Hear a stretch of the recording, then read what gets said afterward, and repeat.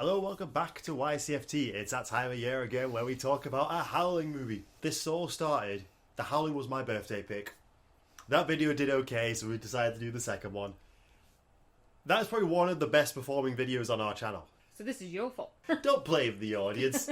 So we're doing The Howling III, also known as Howling III, The Marsupials, or The Marsupials, Howling III. Yes. This directed once again by Felipe Mora, who directed The Howling II.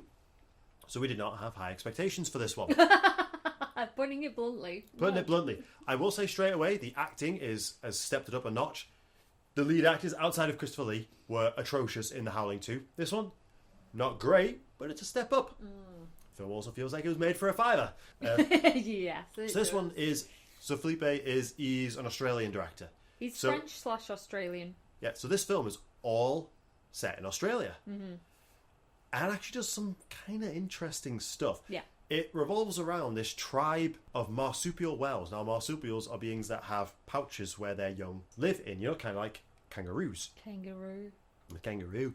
A kangaroo. There's even Aborigine actors in this movie, which I thought was interesting. One really was like, what, Burnham?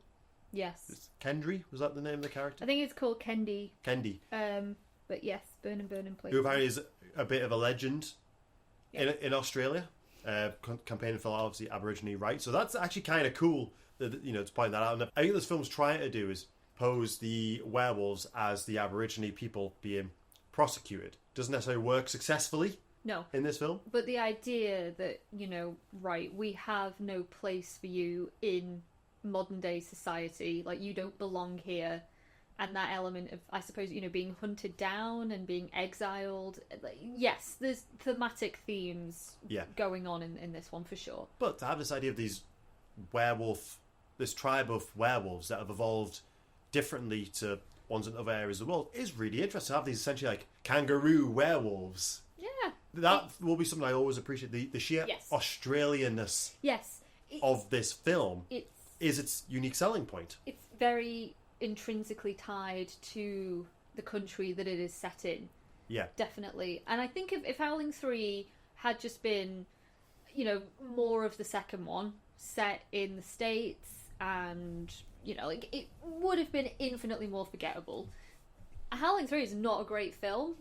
It's very far from being a great film, but it does stand out for what it tries to do. Yeah. And in some ways actually does it pretty good. So in this film, like, the marsupial werewolves are essentially, they come from the Tasmanian tiger. Yeah. And what's they're actually called, the Tasmanian tiger? That was a real name, wasn't it? Oh, bloody hell. Thylacine. Who are thought to have gone extinct mainly because of the introduction of the dingo. In this film, they are meant to have been hunted down. They're weird-looking things with an insanely large jaw. Yes. Like long and wide jaw. And then like a striped bum. Yeah. Which a lot of the werewolves, even in their human form, do have stripes on their back. Yeah. So in this film, there was a man who had a relationship with this wolf that was kind of like a god wolf. And they fathered children that would become the marsupial werewolves. And this wolf was hunted down and killed. We were born from him. He's the phantom. He's the lion, the tiger, the hyena, and the wolf. How were you born from him? When the hunters killed him, his spirit came into us. He's in us now. We are him. Yeah, you see these professors watching footage of Aborigines with what they assume is a man in a wolf mask, being sacrificed. We would know that it's meant to be a real werewolf. Yeah. And something interesting that these werewolves can do is if they do a particular ritual and wear this war-type paint, they can summon the spirit of this wolf to turn themselves into a larger wolf to defend the tribe. Again, the spiritual side of this is also really interesting. It is interesting. If only the execution was better. Yeah, right. So, the plot of this film, so what... Good luck. All right. I'm going to stand back with this. I'm going to try. Can you give me the Jaboa? Jaboa? Yeah. Yes, I got it. Jaboa. Yeah. But she's played by... Imogen Annesley. I knew she was called Imogen. Jaboa leaves the tribe because she's being raped by her stepfather. Philo. who's kind of, we believe, is named after the wolf itself, the yeah. namesake of the wolf. So it's really weird when he kind of becomes like a character you need to support later on in the film. Yeah. So she escapes the tribe to go to mainland Australia. She goes to Sydney. She literally gets chased down by a man who will later become her partner. Literally, he's chasing her through the streets because he wants her to be in a movie, but he doesn't make that clear straight away. So she just comes to a strange city and gets chased down by this man. Yeah. So she accidentally becomes involved in this werewolf movie called like The Changers or The Shapeshifters or something like that. Shapeshifters Part 8, actually. How are you feeling, big boy? Can I do anything for you? I thought at this point, oh, is this going to be a commentary on bad horror sequels? Nah. The most we see are watching the previous film with if you've seen a scene from this movie, it's probably this awful transformation. And I'll give this one a pass because it's meant to be a scene in a movie. Yeah, it's a scene. And it looks bad. But it's supposed to. It's Shapeshifters Part 8, guys. I mean, come on. At the wrap party, it's kind of revealed that in this world, flash photography can trigger werewolf transformations. Yeah, it's not lunar cycles in this one. There's lunar cycles, flash photography, extreme changes in mood. Yes. Yeah, you can almost will it to happen. She starts to turn, so she escapes the party. Donnie runs after her. Weirdly, after like also kind of having sex with Donnie. Yes. And then leaves. I'm assuming they've probably had sex prior to this as well. I think she has quite, not a voracious sexual appetite, but she's very... Yeah. Yes. I think I called the second one the raunchy sequel or something along those lines. I'll have to try and find a way to continue the theme. So she runs out into the street, ends up getting hit by a car, which I don't think we see. She is then taken to hospital. Well, it's not even a hospital, it's a lab, where our other main character is a doctor. Beckmeyer. I was going to call him Kinnaman in that. I'm still on X's 3. Beckmeyer. His whole thing through the film is he's trying to prove that werewolves exist. He's an anthropology professor. He's trying to convince the government and for some reason the president. Well, okay. Sorry to interrupt. I know you were at mid-flow. How does he get an informal meeting with the fucking president of the United States? Oh, the president's just in the gym. Yeah. And fucking Harry Beckmeyer is just there chilling with the president trying to tell him that werewolves are real. Anyway, continue. So instead of going straight to the hospital, they're suddenly like, they basically realise that she's not human. She has this weird pouch. She's got a pouch. And she's pregnant. She got a little pouch. She ends up escaping, goes all the way back to her tribe. There's no confrontation with her stepfather. Donnie goes with her. We see, to be honest, probably one of the best and most interesting scenes in the movie. We see a werewolf birthing scene. Yes. Which we'll come back to that. Yeah. Beckmeyer and the army go there, capture or kill a bunch of the tribe, but not her, because her and Donnie buggered off somewhere. Yes. So they take Philo and Olga. Olga is a Russian werewolf, so she doesn't have the pouch, who is only revealed to be a werewolf because she transforms during a ballet recital that for some reason Beckmeyer is there at. Mm-hmm. There's another werewolf with her who is killed trying to rescue her because she ends up in the same lab. Yes. She transforms on the table.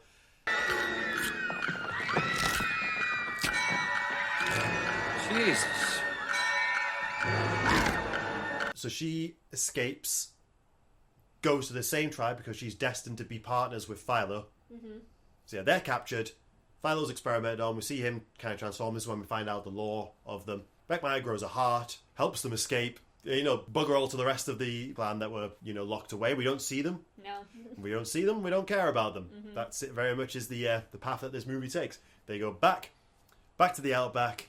They're now being chased by the army. Kendi, who seems to be like the sort of soothsayer of the group, does the incantation, turns into the giant werewolf.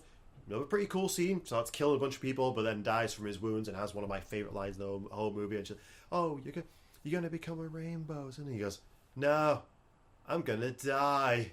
No way. I'm just gonna die. You'll turn into a river, Kendi, and then a rainbow, and then you'll be a mountain. No way. I'm just gonna die. I sent that video to loads of friends when I was watching. One of the most bizarre death scenes I've ever seen. I think we need to come back to that. They burn his body. His skeleton then comes alive later on to attack some other soldiers.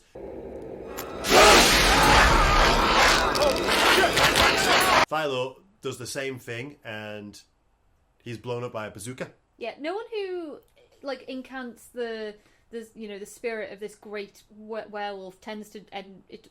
They don't end very well. No. Just bugger Viola all. dies instantly. Yeah. They basically escape, and we think, oh, this is the movie wrapping up. Fair enough. So Beckmeyer and Olga are basically now a couple at this point. They have baby. They live in the outback together, like away from society. With Donnie and Jaboa, who's werewolf baby, who is very much like in wolf form from child until it gets to become a toddler age. Suddenly we cut to like 8 years later. Jaboa and Donnie, they want to go back to the city. They think it's safe now. They think, oh, we can stay undercover. They go on to become a very, very famous director and actress. Oh yeah, that's keeping things undercover, but somehow it works. Another few years later, a associate of Beckmeyer comes to tell him, oh, laws have been passed, all werewolves have been pardoned. I'm like, wait, but at this point, like 15 years prior, you were trying to prove that werewolves even existed. What have they been charged with? Mm-hmm. And now they've been pardoned? Mm-hmm. I think the route they were trying to go down was werewolves being persecuted like Aborigines. But we don't see any of this. The whole point of the first part of the film is that they're in hiding and that you got people looking for proof, either to like weaponize them, study them, whatever. And now suddenly it's, oh, no, they're free to be part of society now. Like, where was this film? And then we got a few more years later.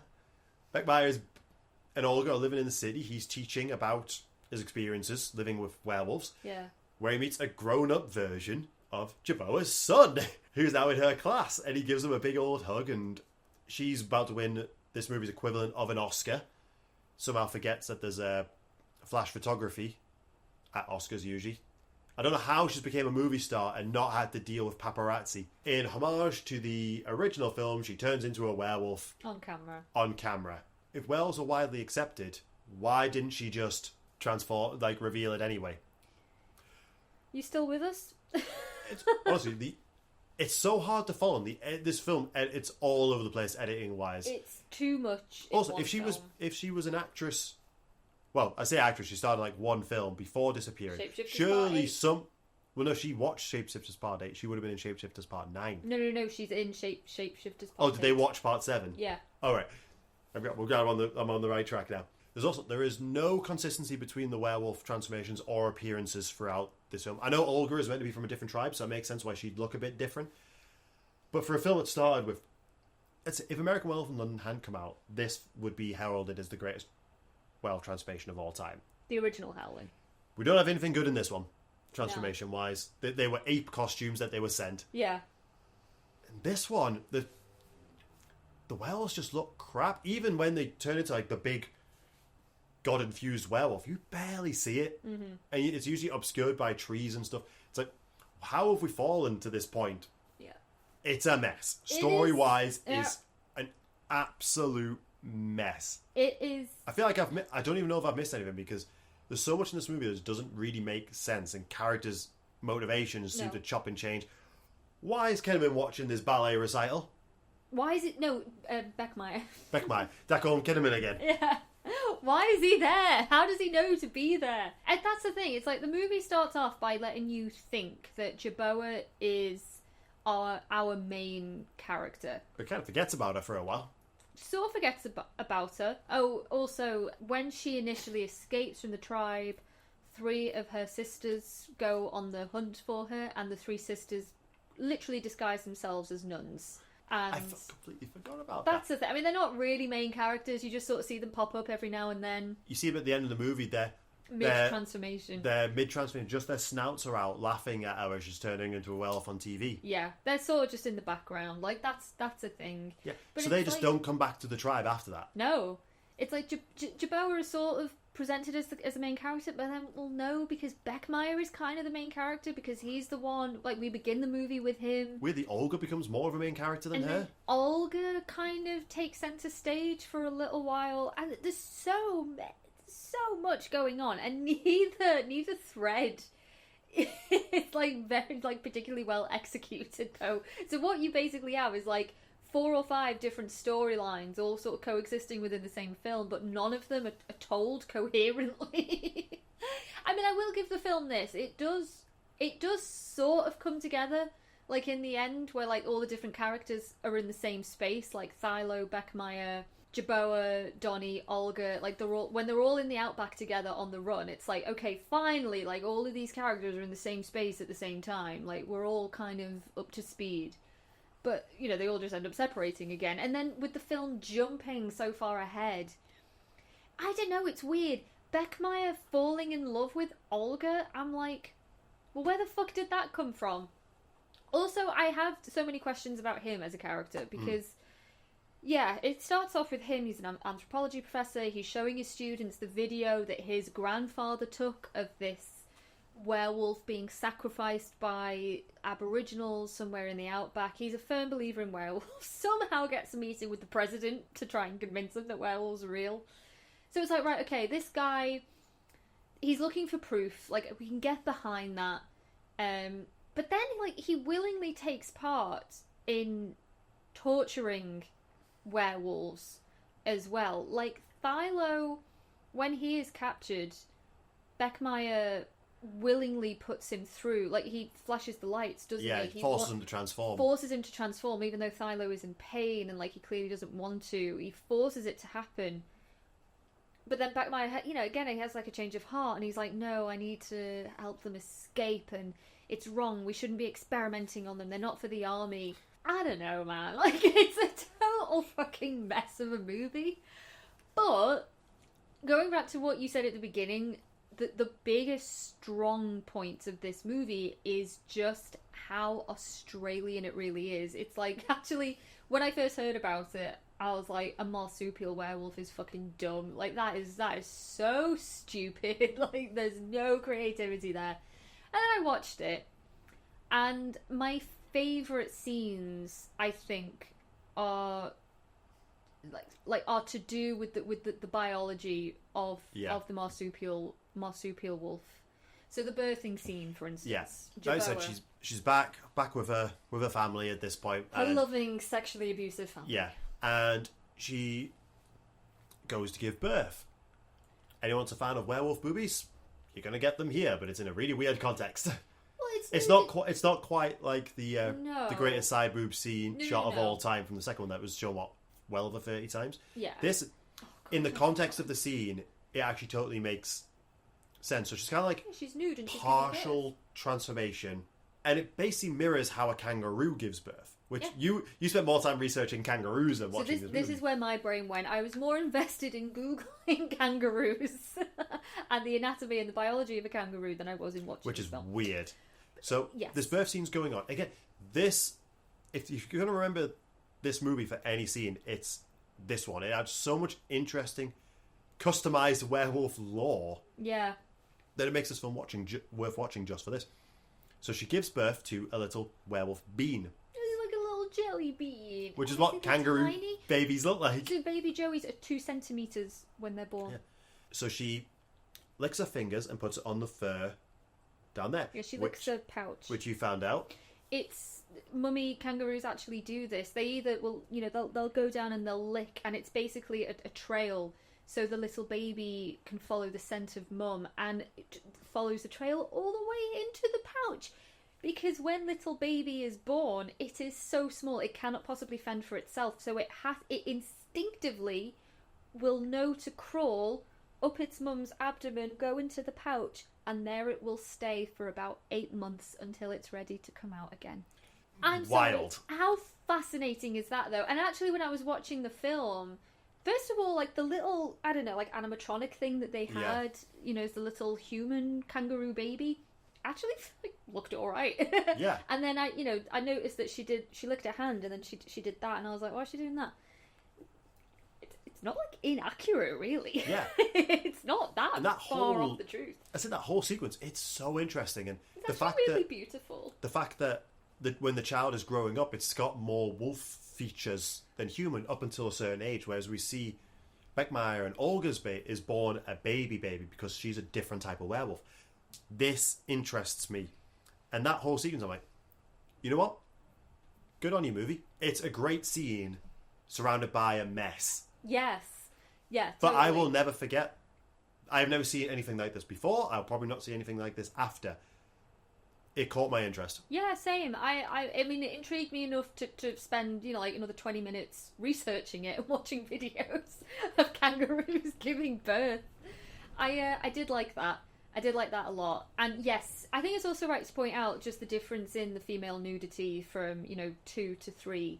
2, it's much more in a sexual context. In this one, it's in a birthing context. There's nothing sexual about it. It's, yes, she's nude, but also, you know, like it's pretty discreet. You know, like her, you know, like her boobs and we don't really have. They're all covered. The first 2 films have pretty famous werewolf sex scenes.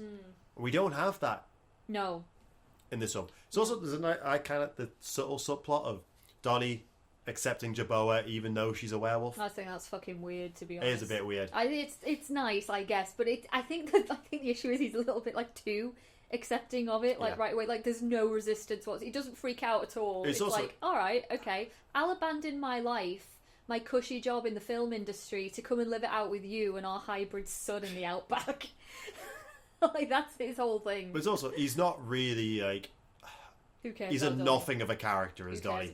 They basically dress him up like the Crocodile Hunter, or Crocodile Dundee, and he just he's just there. Yeah, he's just there. He's Donnie. He's just there. He's just Donnie, isn't he? She could have done way much better than Donnie. Yeah, way much better. Yes, I speak of English. Yeah, a lot of weird scenes, some questionable dialogue in this as well. Yeah. I don't know if I can repeat some of it, but it's got a hint of racism in it. Yeah. Yes. Yeah. One particular scene is especially. I'm still not convinced that we haven't just misheard it, but I don't know because the DVD. This is such a cheap DVD that doesn't even have subtitles on it. Well, it's basically like a character's ethnicity is explicitly pointed out in a context where the ethnicity really had no business being pointed out. It's like, why would you use the person's colour as a descriptive way to describe them? Yeah. It was just odd, and we were so thrown by it. Like we had to rewind it just to make sure that we'd heard it properly, and I think we heard it right. Yeah. But it was just an odd moment. It's the fact that then were followed by Kendi, who his name literally translates to Great Warrior. Yes. Which is pretty. I think he changed his name to that because that was his grandfather's name. Wasn't his birth name. Yeah. I was looking at a little bit of his history. Fascinating guy. Yeah. So he becomes like the big wolf, fights off a bunch of them and dies.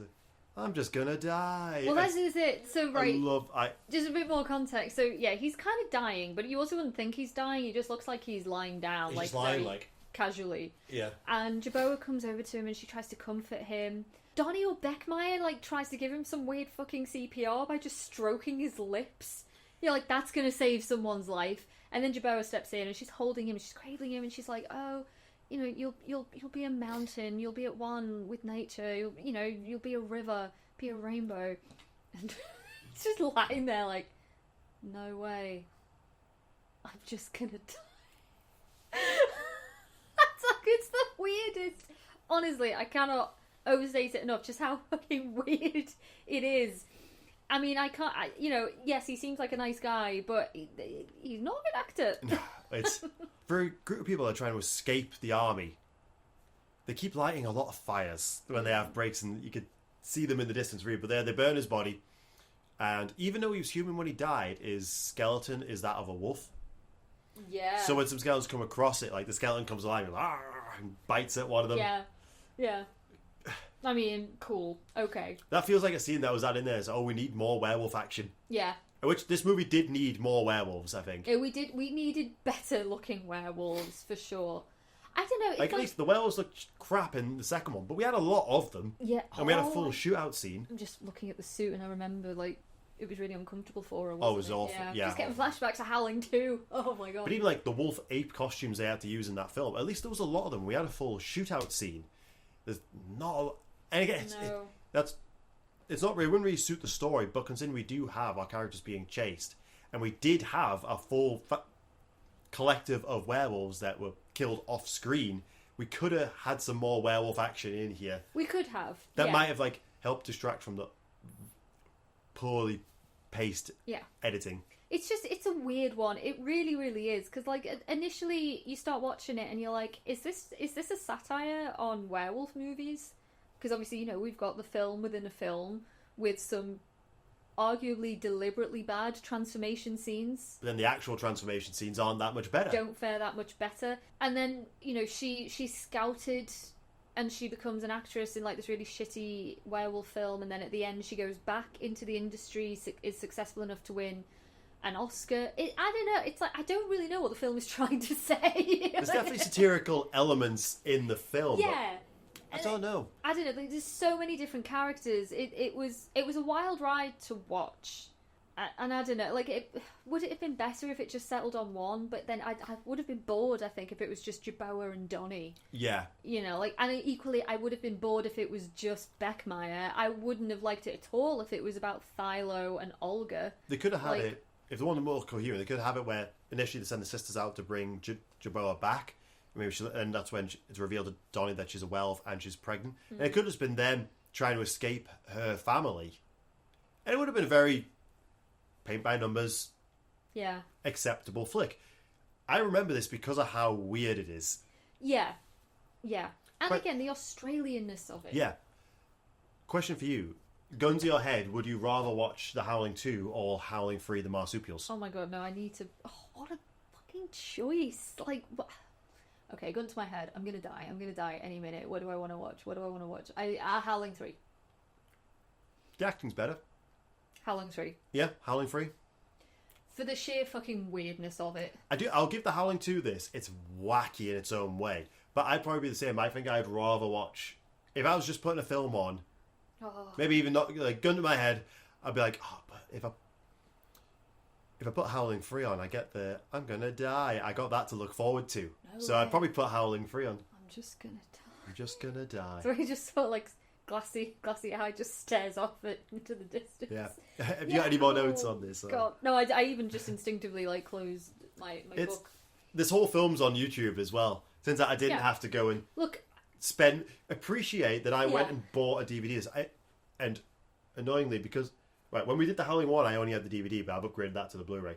Now I've got two of them. If I find this on Blu-ray, I have to get it. I appreciate that Howling 3 did not even bother to tie itself into the second one or the first one. I appreciate that it is just very much its own thing. It's a fairly original plot. And again, how Australia and its animals are just so, you know, like such a big part of the story. I like that. Like I said, you know, like the birthing scene I liked the scene where Thilo is talking about how he comes from the thylacine wolf, the Tasmanian wolf or tiger. That's interesting to me. I like that. I can appreciate that. The allegory of Aboriginals in the outback, and, you know, like, kind of know that they're there, but, you know, like, don't really want to engage. And it's sort of a similar thing with the lycanthropes, I suppose. It's like the army's whole thing is just, you know, like, annihilate, get rid of them. Like, we don't want them integrating with us. Well, we also only just found out they exist. Yeah, exactly. Don't worry, they're going to get pardoned in a few years' time. So pardoned for what? Existing. You just got to wait another 15 years. But yeah, again, like, I don't know what this film is trying to say. It's also not a film that you can think too deeply about because it's Howling 3. The tagline for this is weird. The fear is breeding fast. The agent of Satan is at large. I mean, that's bullshit. That's got nothing to do with this film. I like that fear is breeding. Yeah, fear is breeding. That makes sense. That makes sense. Also, a big difference from 1 and 2. Werewolves are very sympathetic in this one. Very sympathetic. Yeah, they're not the bad guys in this film, even though one of them is a... Thilo is... You might as well just forget the line of dialogue that says that he's a rapist, because the movie forgets about it as well. Yeah, it's like at one point I think we're even meant to feel sorry for him and root for him, which is a bit weird, but generally speaking... Oh my God, is Philo definitely her stepfather? Yeah. Alright. Yeah.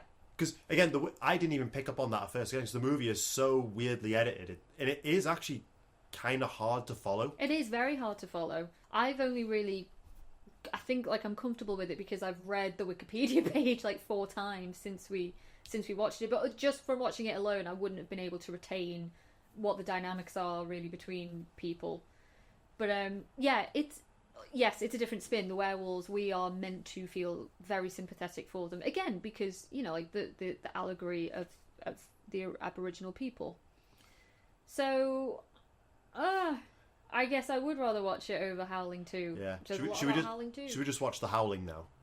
Yeah. Are you going to maybe watch Howling 4 for next year? That's it. Like, I feel like as time goes on, they're going to be harder to track down. Yeah. To be honest, I'm on this journey now, and I kind of want to see it through to the end, because, again, if the rumours are true and we are going to get a remake... We need to be prepared. The thing is that you don't know what's coming.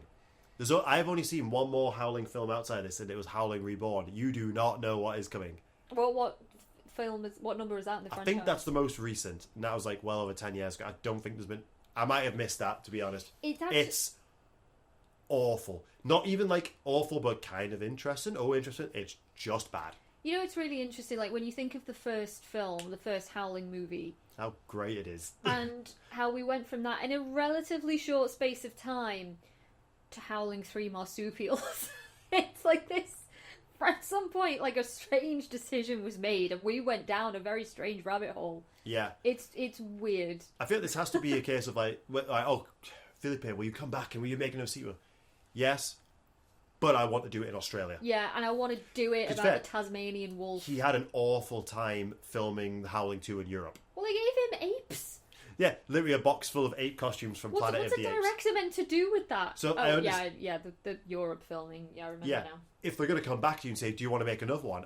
I understand him wanting a home, like, you know, I want to film this at home. I want to film it at home. I want to make it all about my people. Yes, exactly. I get it. Yeah. Those are my terms. And those two bits are the strongest point of this film. I'm going to take this moment to shout out our channel members. Yeah. How do you feel knowing that your membership has contributed towards this? That you went away for work and came back and this film was waiting for you. This DVD was waiting on the coffee table, ready to be watched. Yeah. I'm... Okay. So, thank you to our members for, you know, helping us with that. Yeah. And to everybody else, have you seen this movie? Like I said, it is... We only found out today that it's entirety on YouTube, so I didn't even have to buy the DVD. But no, I've gone down this route now. I have to keep going. I love you. I question a lot of your choices sometimes. Sometimes I like, but I also appreciate your commitment to things. Fair. Is this giving you flashbacks to when I came back with the Leprechaun DVD box set? I refuse. I'll give you the Howling, but I refuse to step back into the Leprechaun franchise. We'll see. Give it time. They get better.